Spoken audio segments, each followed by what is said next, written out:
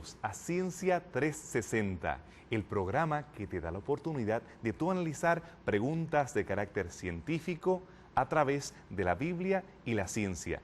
Aquí tenemos la oportunidad de ver todos los ángulos y yo, como arqueólogo entrenado en el área de ciencia y también como teólogo entrenado en el área de la Biblia hebrea, tengo la oportunidad de traer a científicos, profesores y diferentes invitados para tratar de contestar estas preguntas. Y en esta ocasión tenemos el privilegio de tener a la profesora Marcia Crespo. La profesora Crespo sirve en la Universidad Adventista de las Antillas, en Mayagüez, Puerto Rico. Gracias, Marcia, por aceptar la invitación. Muchas gracias, doctor Velázquez. Así que esperamos que esta sea una forma en la que todos podamos participar y podamos aprender acerca de los diferentes paradigmas que se suscitan en el campo científico y en el creacionista. Según he discutido con usted anteriormente, usted ve que esta guerra aparente entre científicos y teólogos no existe. Realmente nosotros poder polarizarlos y verlos como dos campos que tratan de encontrarse en el campo de batalla no tiene lugar. Usted alega que hay un conflicto tal vez en paradigmas, en forma de verlo. ¿Podría explicarme? Pues fíjate, Efraín Velázquez, el paradigma en realidad existe porque es cierto que existe un conflicto entre la manera en que nosotros visualizamos la Biblia y la forma como los evolucionistas pues explican, ¿verdad?, los orígenes. Sin embargo, no es un conflicto que pudiéramos decir ciencia versus Biblia, sino que más bien es un conflicto de naturalismo, sino que trabajamos más bien con la parte como la ciencia natural, que llamamos comúnmente evolucionismo, está en contraposición de lo que el creacionismo como tal estipula. Así que básicamente es un conflicto de paradigmas. No sé si quisiera abundar en lo que significa el concepto paradigmas. Sí, entonces eso de paradigmas se refiere como cosmovisiones, formas de ver o formas de entender las mismas preguntas. Son algo así como los lentes que usted tiene. Tal vez el color de ellos podría en algunas ocasiones determinar la forma en que nosotros estamos analizando. Ya en el modernismo ellos pensaban o alegaban que podíamos ser objetivos. Hoy nosotros reconocemos que la objetividad es más o menos una ilusión.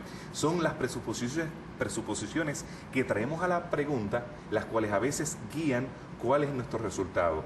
Y cuando hablamos acerca de la palabra, por ejemplo, evolución, muchas personas entienden la palabra evolución de acuerdo a la definición que ellos tenían de la misma. Exacto. ¿Usted me podría explicar qué es evolución para usted? Pues fíjate, evolución tiene varias formas de visualizarlo y dependiendo de, como acabas de mencionar, las diferentes posturas, pues tiene diferentes definiciones. Evolución simplemente es un cambio con el que estamos de acuerdo todos, porque obviamente nos damos cuenta de que cambiamos, somos transformados. Otra de las definiciones de evolución se refiere más bien a la variación genética. Y cuando estamos hablando de variación genética, pues nos estamos refiriendo a que las poblaciones cambian, que las especies también cambian y que por lo tanto observamos eso en la naturaleza. Es un hecho de que cambian. Nadie puede negar la evolución. Ciertamente que no. En algunas ocasiones en los púlpitos yo he escuchado personas que son bien agresivas cuando hablan acerca de la evolución y hablan en contra de la misma, que eso es imposible, que realmente estamos en contra de estos científicos que tratan de dañar la mente a los niños. Es evidentemente no es su postura, porque entiendo que evolución existe a nuestro alrededor. Fíjate, Efraín, básicamente la tercera definición es la que trae más conflicto aquí, porque es una visión un poquito más naturalista y esa definición básicamente habla de la descendencia con modificación. O sea, que se refiere a cómo la variación genética ha cambiado a tal punto las especies que ellas se convierten en otras especies. Y entonces de ahí pudiéramos englobar esa definición en lo que llamamos macroevolución. Sin embargo, nosotros nos debemos dar cuenta que los creacionistas como tal aceptamos sin ningún problema la definición número 1. Evolución es cambio, es transformación. Inclusive aceptamos la postura número 2 también, porque nosotros entendemos que hay variación genética y que Dios no creó las especies fijas. Así que el concepto de fijismo que se intentó y se logró, ¿verdad?, introducir en el campo creacionista, pues realmente ha sido un error. De manera que nos damos cuenta que visiblemente y a través través del método científico demostramos que sí las especies cambian. Ahora bien, con lo que no estamos totalmente de acuerdo es con la última definición, en donde saltamos de una especie para convertirla en otra totalmente diferente, y en esa postura no observamos eso en la naturaleza. Ni siquiera se le ha podido aplicar el método científico para poder determinar que realmente las especies están cambiando. Y esa última, donde se habla del potencial hereditario, ese potencial genético que se hereda demuestra más que hay diseño inteligente. Y entonces en ese sentido nos damos cuenta de que si fuéramos a decirlo en palabras sencillas, los creacionistas estamos de acuerdo con la microevolución. Y a eso se refiere básicamente a que las especies sí son transformadas, que el ambiente tiene un efecto sobre esa transformación genética y que la podemos observar en la naturaleza. Entonces, usted tiene problemas con la evolución darwiniana. Estamos hablando de esa macroevolución y tal vez Darwin trabajó en el siglo XIX cuando él fue a Galápagos y él observaba estos pajaritos que eran similares, plantas, vemos reptiles, pero ¿tenía el acceso a potentes microscopios o al ADN o a estos estudios? ¿O era superficial su observación? Fíjate que fue bien interesante. Darwin hizo un trabajo excelente en términos de que él hizo muchas observaciones que pudieron ser corroboradas en forma escrita, que eso es uno de los datos bien importantes que recomendamos que un buen científico haga, ¿verdad? Hacer sus anotaciones para tener evidencia de estas anotaciones. Y resulta bien interesante que al mismo tiempo pudiéramos entender que la teoría cromosómica estaba también surgiendo a la misma vez, pero realmente no coincidieron. Así que los trabajos que hizo Gregorio Mendel, que trabajaban específicamente con el área de cómo estas variaciones genéticas se heredan, pues Darwin no tuvo acceso como tal a estos postulados. Así que mi conjetura es que quién sabe ¿cómo hubiese cambiado este asunto de promoción del evolucionismo si Darwin hubiese tenido a la mano acceso exacto a estos datos que ahora la ciencia los acepta como reales? Y ni siquiera Gregorio Mendel pudo presenciar, ¿verdad?, que él hizo una contribución grandiosa a la ciencia.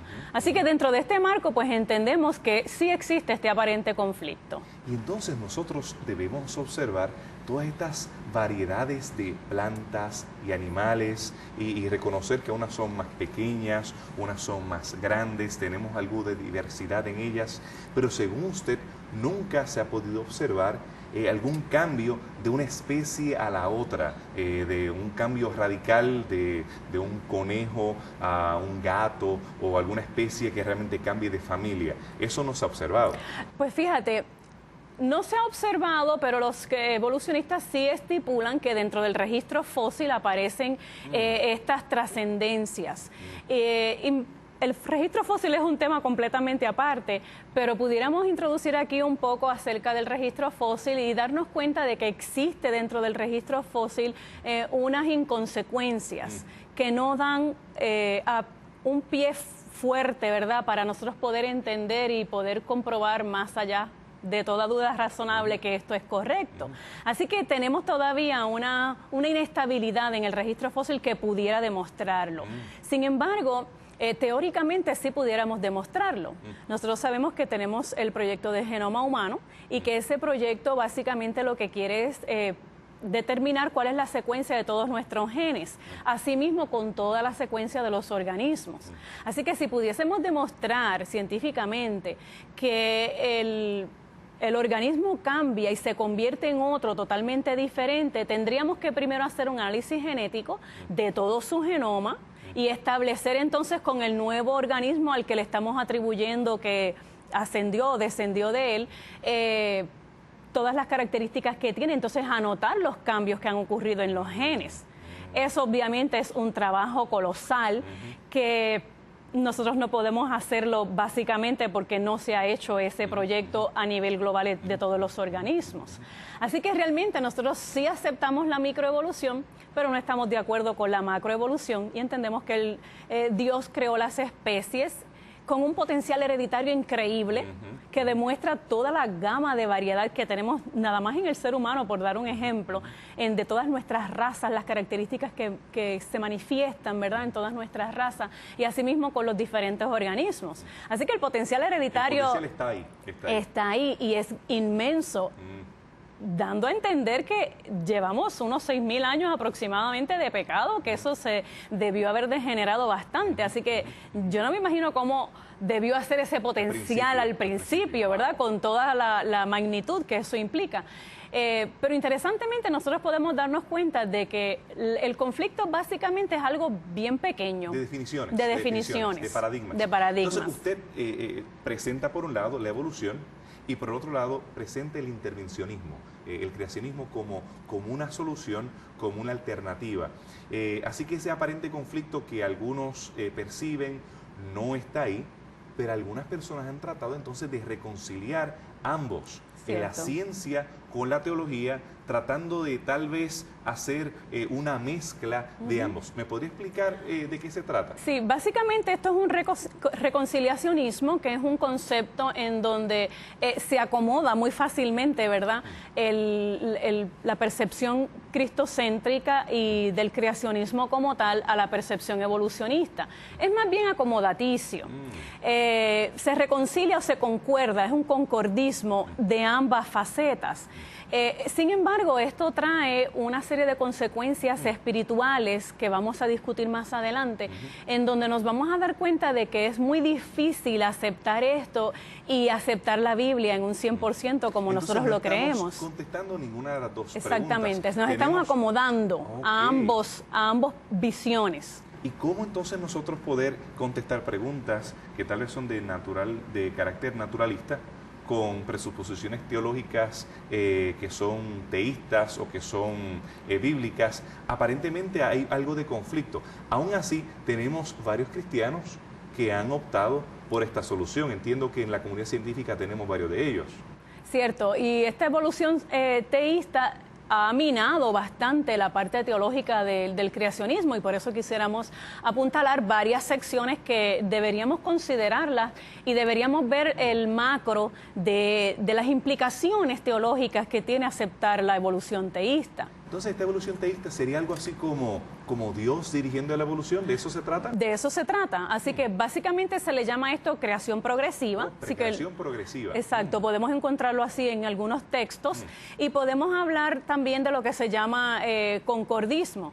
Y entonces, cuando trabajamos con estas dos presuposiciones, encontramos varios aspectos que no nos ayudan, si pudiéramos decirlo así, a fortalecer nuestra base espiritual y teológica. Varios de ellos, por ejemplo, estipulan que la vida pues sí ha existido en la Tierra por muchos millones de años. Y eso es un problema que nosotros tenemos básicamente a nivel del creacionismo, porque entendemos, ¿verdad?, que la vida como tal en nuestro planeta no lleva más de 10.000 años aproximadamente, y ese conflicto del tiempo es uno de los tópicos que pudiéramos abundar un poquito más en ellos y entender cuál es el peligro, ¿verdad?, de creer este tópico de evolución teísta. Otro de los tópicos es que ellos estipulan básicamente que Dios es el que utiliza la evolución, es la herramienta que Dios utiliza para llevar a cabo el proceso evolutivo. Esto pues trae también una serie de interrogantes que vamos a hacernos más adelante, y que básicamente las formas simples fueron volviéndose cada vez más complejas. Y utilizan, por ejemplo, la selección natural como una base, ¿verdad?, para explicarlo, lo que se llama la lucha por la sobrevivencia o la supervivencia del más apto, o solo el fuerte sobrevive, ¿verdad? El fuerte sobrevive, sí. Como lo decimos comúnmente. Sí. También habla de la predación, la relación de predador-presa, y esta pues es un tópico bastante controversial. Y habla de sufrimiento, o sea, cómo Dios utiliza el sufrimiento para introducir la muerte de las especies, crear un balance ecológico, y es lo que estamos observando en el mundo actual. Así que por eso se concuerda, ¿verdad? Se trata de reconciliar lo que observamos con lo que la Biblia estipula. Inclusive se entiende que Dios utilizó este mecanismo para introducir y quitar la vida según Él consideró que fuese la mejor opción. Así que no va tanto como Adán y Eva y de ahí en adelante lo que nosotros normalmente consideramos, sino que va a creaciones preadámicas. Entonces, este paradigma es diferente, porque según los creacionistas, ellos alegan que hay un mundo perfecto, establecido al principio, Adán y Eva, animales perfectos, fauna, flora perfecta, y que entonces hay un proceso de degeneración. Pero según usted me explica, es todo lo contrario. Hay un proceso de mejoramiento, de progresión, que según ellos entonces es dirigido por Dios. Hay muerte que va progresando poco a poco hasta el estatus que estamos ahora. ¿De eso se trata entonces? Sí. El autor Marcos Terrero escribió un libro muy bueno sobre la evolución teísta, donde presenta los diferentes postulados que ellos entienden y cómo estos diferentes postulados armonizan muy bien con la parte evolucionista, pero trae serios conflictos espirituales y serios conflictos con lo que la palabra dice. Si nosotros aceptamos la palabra de Dios como verdadera, entonces esos conflictos hay que armonizarlos también. Y ahí tenemos un choque que lamentablemente muchísimos teólogos también están aventurándose en ese campo. Y no solamente entonces tenemos problemas con los animales, estas diferentes especies o la flora, sino que entonces eso asume que los seres humanos descendimos de primates primitivos. Exacto.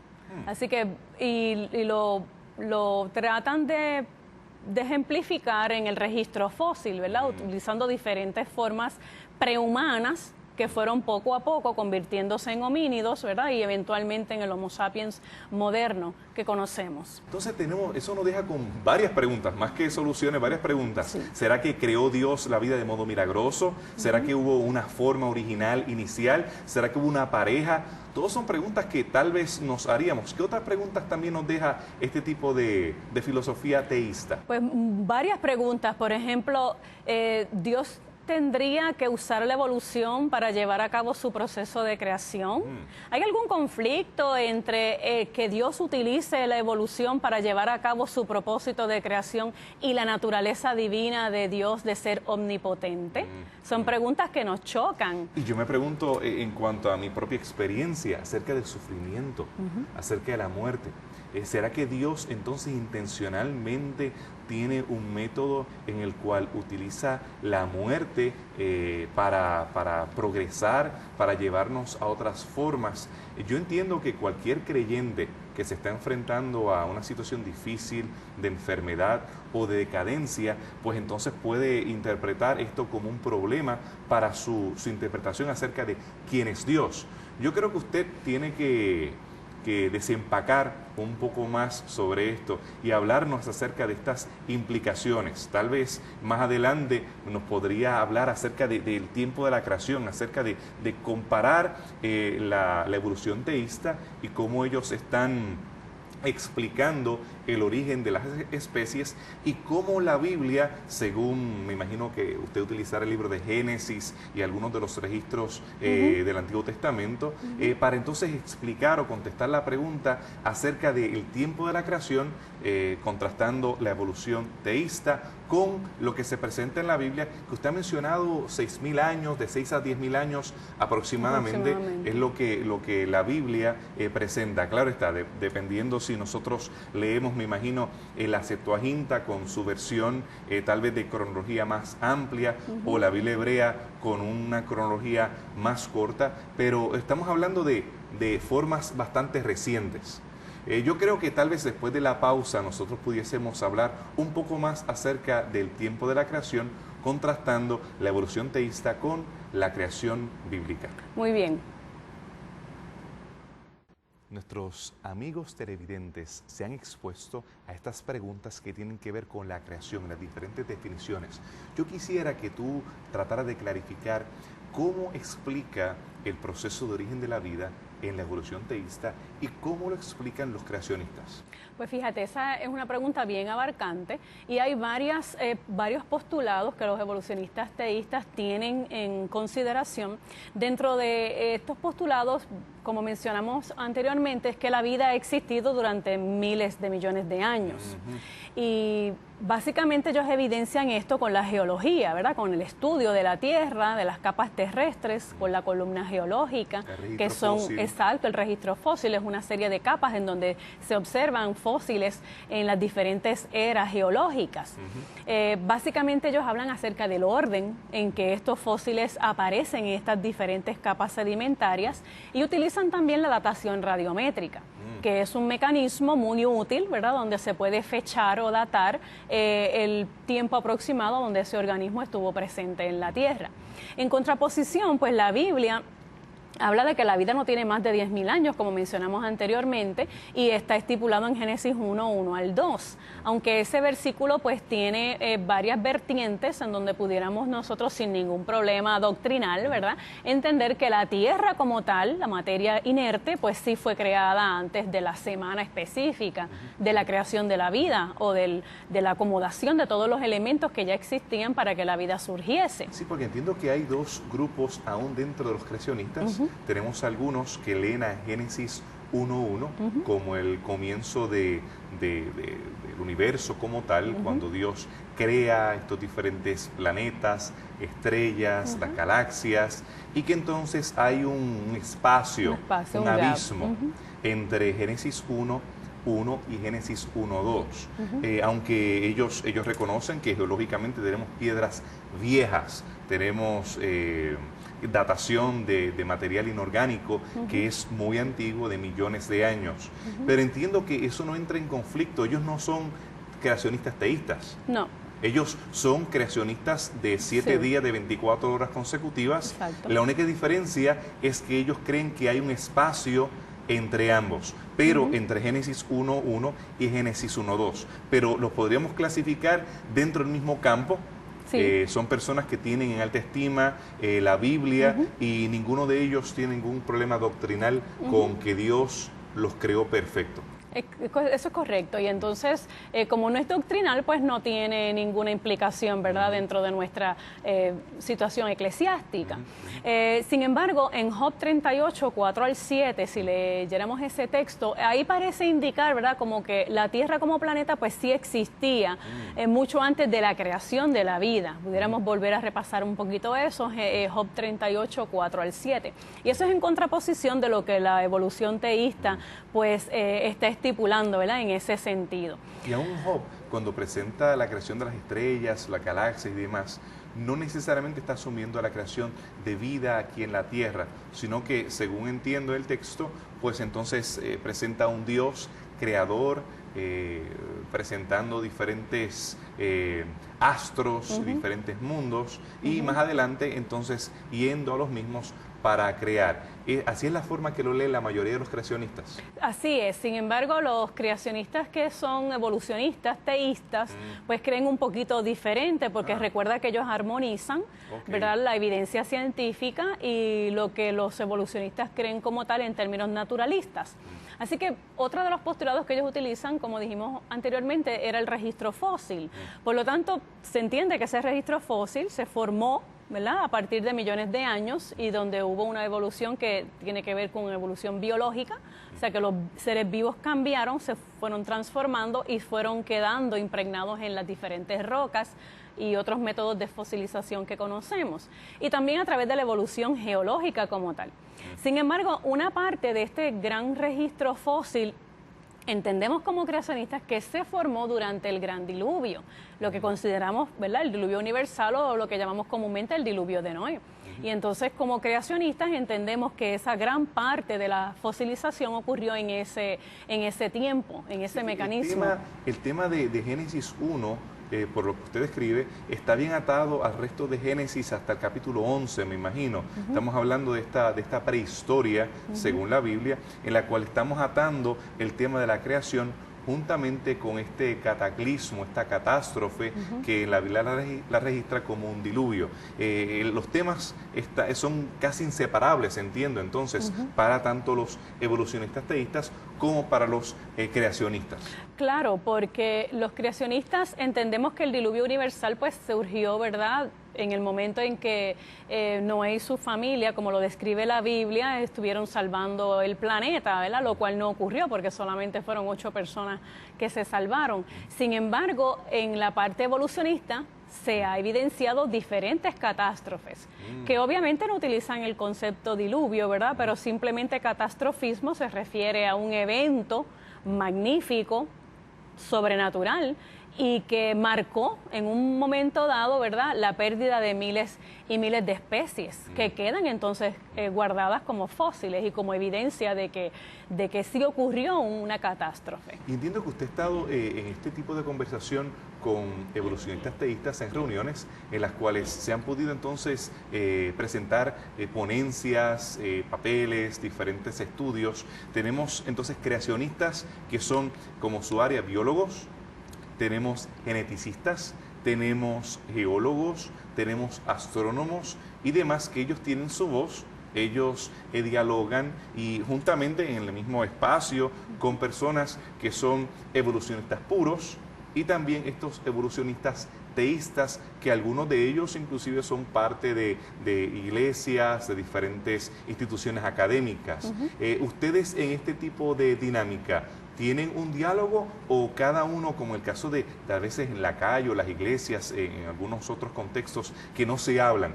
Pero en el caso de ustedes los científicos, ¿ustedes tienen algún tipo de diálogo? Yo creo que sí, que eso se da en diferentes foros y nosotros como creacionistas respetamos muchísimo a los naturalistas, a los evolucionistas, porque son personas muy profesionales que toman muy en serio la herramienta del método científico para investigar y que sus conclusiones básicamente son iguales a las nuestras, acercándonos a la verdad.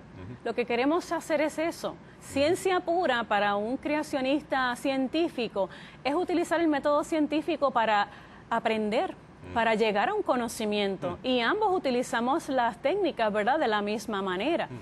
Que tengamos unos conceptos diferentes en términos espirituales, pues ya eso quizás nos separa en el sentido de que mis ponencias espirituales yo las manejo espiritualmente, mientras que las científicas las manejo científicamente.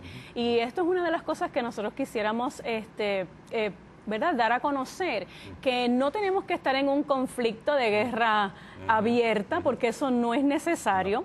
Ambos, ¿verdad?, somos personas que estamos trabajando para el mismo fin, y el fin es conocer la verdad, acercarnos lo más que podamos a lo que es la realidad.